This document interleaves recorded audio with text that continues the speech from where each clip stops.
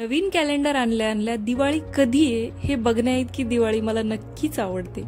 सगळ्यांच्या भेटीगाठी होतात, सगळ्यांना सुट्ट्या असतात, माणसं जमतात, गप्पा गोष्टी होतात, त्यामध्ये खाण्याचा आस्वाद तर झालाच पाहिजे। आज आपण बघणार आहोत दिवाळी विशेष अशी जबरदस्त व्हेज थाळी। ही तुम्ही दिवाळीच्या लक्ष्मीपूजना दिवशी बनवू शकता, पाडव्याला बनवू शकता, आपल्या लाडक्या भाऊरायासाठी बनवू शकता। अगदी साध्या सोप्या पद्धतीने सांगितलेली आहे। या दिवाळीला एका दिवशी तरी दिवाळीच्या ही ट्राय करून नक्की बघा आणि तुम्हा सगळ्यांना दिवाळीच्या खूप खूप शुभेच्छा। सगळ्यात पहिल्यांदा मी इथं अर्धा किलोच्या जवळजवळ छोटे आलू घेतलेले आहेत, ज्याला बेबी पोटॅटो सुद्धा आपण म्हणतो। बाजारात तुम्हाला आरामात हे मिळून जातात। त्याच्या साली काढून घ्यायच्या आणि या प्रकारे फोक चमच्याने त्याला अशी बोळं करून घ्यायची। बरेच जण हे बटाटे आधी उकडून घेतात, पण बऱ्याचदा काय होतं ते बटाटे उकडायला लावले की त्याची शिट्टी जास्त होते आणि त्याचा लगदा होतो। त्यामुळे हे असे सोलून घ्यायचे, त्याला बोळं करून घ्यायचे आणि कढईत 2 चमचे तेल घालून एक 10 ते 12 मिनिटं याला या प्रकारे छान गोल्डन ब्राऊन करून घ्यायचं।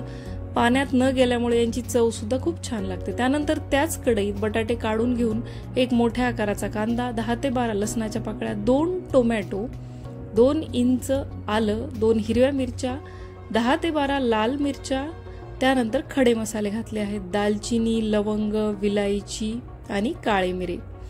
छान असं मिक्स करून घ्यायचं आणि याला मऊसूद होईपर्यंत तेलामध्ये परतून घ्यायचं। माझ्याकडे या छोट्या मिरच्या होत्या, तुमच्याकडे जर बेडगी मिरची असेल तर नक्की घाला आणि नसतील तर तुम्ही स्किप करू शकता। या फक्त रंगासाठी मी घातलेल्या आहेत। छान या प्रकारे मऊसूद ग्रेव्ही झाली की गॅस बंद करायचा आणि ही पूर्ण थंड झाल्यावर मिक्सरमधून काढून घ्यायची। त्याच कढईत नंतर थोडंसं तेल घातलेलं आहे, जिरं मोहरी घालायचं, हिंग घालायचं आणि आपण तयार केलेली कांद्या लसणाची ग्रेव्ही यामध्ये घालायची। छानपैकी या प्रकारे मिक्स करून घ्यायची। कढईला जर तुम्हाला वाटत असेल ही चिटकते तर थोडंसं पाणी तुम्ही घालू शकता।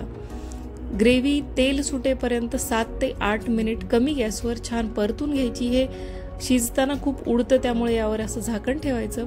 अर्धी वाटी दही घेतलेलं आहे, ते छान फेटून घ्यायचं। ग्रेव्हीचा गॅस पूर्णपणे बंद करायचा 7 ते 8 मिनिटांनी। त्यानंतर यामध्ये दही घालायचं। त्यानंतर मी घातली आहे 1.5 चमचा कश्मीरी लाल तिखट पावडर आणि 1 चमचा गरम मसाला। कुठल्याही ब्रँडचा कोणताही गरम मसाला तुम्ही वापरू शकता। दही ग्रेव्हीमध्ये छान मिक्स झाल्यानंतरच गॅस चालू करायचा। बऱ्याच जणांना ग्रेव्हीमध्ये दही घातल्यावर दही फाटायचे चान्सेस असतात, ते गरमीमुळे होतं, त्यामुळे आपण सेफ साईड आधी गॅस बंद करायचा आणि ग्रेव्ही मध्ये दही घालायचं। त्यानंतर चवीनुसार मीठ घातलेलं आहे। आपण उकडलेले बटाटे घालायचे। आपल्याला हवी तशी कन्सिस्टन्सी ऍडजस्ट करायची। तुम्हाला घट्ट हवं असेल तर घट्ट, पातळ हवं असेल तर पातळ। आणि बटाटे घातल्यानंतर ह्याला एक 8 ते 10 मिनिटं परतून घ्यायचं। गरज लागली तर तुम्ही पाणी घालू शकता। त्यानंतर आपण सिंपल पण खूप जबरदस्त असं डाळ तडका बघतोय। तुम्ही अगदी विचार सुद्धा करताना नाहीत एवढ्या कमी कष्टात हा बनवून तयार होतो। अर्धी वाटी डाळ घेतली आहे, स्वच्छ धुवून डबल पाणी घालून मीठ, हळद आणि तेल घालून कुकरला शिट्ट्या लावण्यासाठी ठेवली। सिंपल हिरव्या मिरचीची गोबीची भाजी आहे, पण चवीला छान लागते, त्यासाठी मी गोबी कापायला घेतले आहे।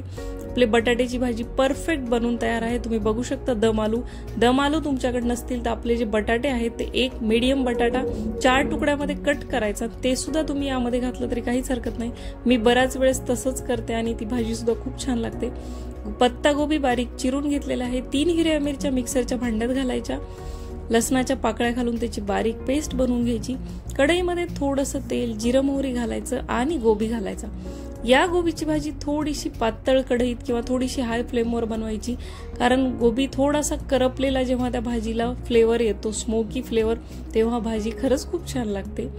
हिरवी मिरची आणि लसणाची पेस्ट घालायची, छान मिक्स करून घ्यायचं। चवीनुसार मीठ घालायचं, अर्धा चमचा हळद घालायची, मिक्स करून छान गोबी वाफवून घ्यायचा।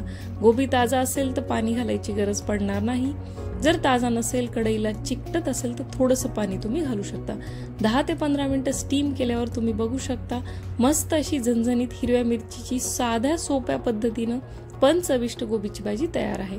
त्यानंतर सोबत आपल्या वरणाच्या सुद्धा शिट्ट्या झालेल्या आहेत। एका पातेल्यामध्ये थोडंसं तेल घातलेलं आहे, जिरं मोहरी घालायचं, सोबतच कढीपत्ता घालायचा, थोडंसं हिंग घालायचं, त्यानंतर सुक्या लाल मिरच्या घालायच्या आणि आपण जे उकडून घेतलेलं आपलं बनवून घेतलेलं वरण आहे ते घालायचं। वरण घातल्यानंतर छान त्याला दणदणीत अशी उकळू येऊ द्यायची 2 ते 3 मिनिट. वरून हिरवी कोथिंबीर घालायची. आता ही एवढीच फोडणी नाही, ह्याला अगदी दणदणीत दाल तडक्याची चव आणण्यासाठी दुसऱ्या एका तडका पॅनमध्ये 2 चमचे तूप घालायचं. 8 ते 10 लसणाच्या पाकळ्या मोठाड कुटून घ्यायच्या. यामध्ये अर्धा चमचा लाल तिखट घालायचं. लसणाच्या पाकळ्या टाकल्यानंतर गॅस बंद करायचा. त्यानंतर लाल तिखट घालायचं आणि छानपैकी हे जे मिश्रण आहे तुपाचं आणि लाल तिखटाचं हे आपल्या वरणावर घालायचं. ह्यानं जी चव येते आणि रंग येतो तो अप्रतिम असतो. ही स्टेप वरण बनवताना साधे सोपे एकदा नक्की ट्राय करून बघा, तुम्हाला नक्की आवडेल. त्यानंतर मी इथं भात लावून घेतलेला आहे मीठ घालून मस्त. आता सणावाराचे दिवस आहेत त्यामुळे पापड किंवा भजी तर झालीच पाहिजे. तुम्हाला वेळ असेल आणि आवडत असतील तर भजी सुद्धा तुम्ही काढू शकता. मी इथं छान पटकन तांदळाच्या पापड्या तळून घेतलेल्या आहेत. दिवाळीत खूप काही इतरही तळलेले पदार्थ असतात त्यामुळे भजी करायची मी टाळली. तुम्ही बघू शकता आपल्या तांदळाच्या पापड्या सुद्धा किती खुसखुशीत बनून तयार आहेत. मधल्या वेळेत पीठ मळून ठेवलं होतं. छान झटपट अशा चपात्या बनवून घेतलेल्या आहेत. मी आणखीही श्रावणी सोमवार विशेष 4 आणि दसरा स्पेशल थाळीच्या रेसिपी अपलोड केलेल्या आहेत. तुम्हाला आणखी ऑप्शन्स हवे असतील तुम्ही पाहू शकता. पुरी कशी बनवायची, झणझणीत पनीरची भाजी कशी बनवायची, पुलाव कसा बनवायचा, सगळ्या रेसिपी अपलोड आहेत.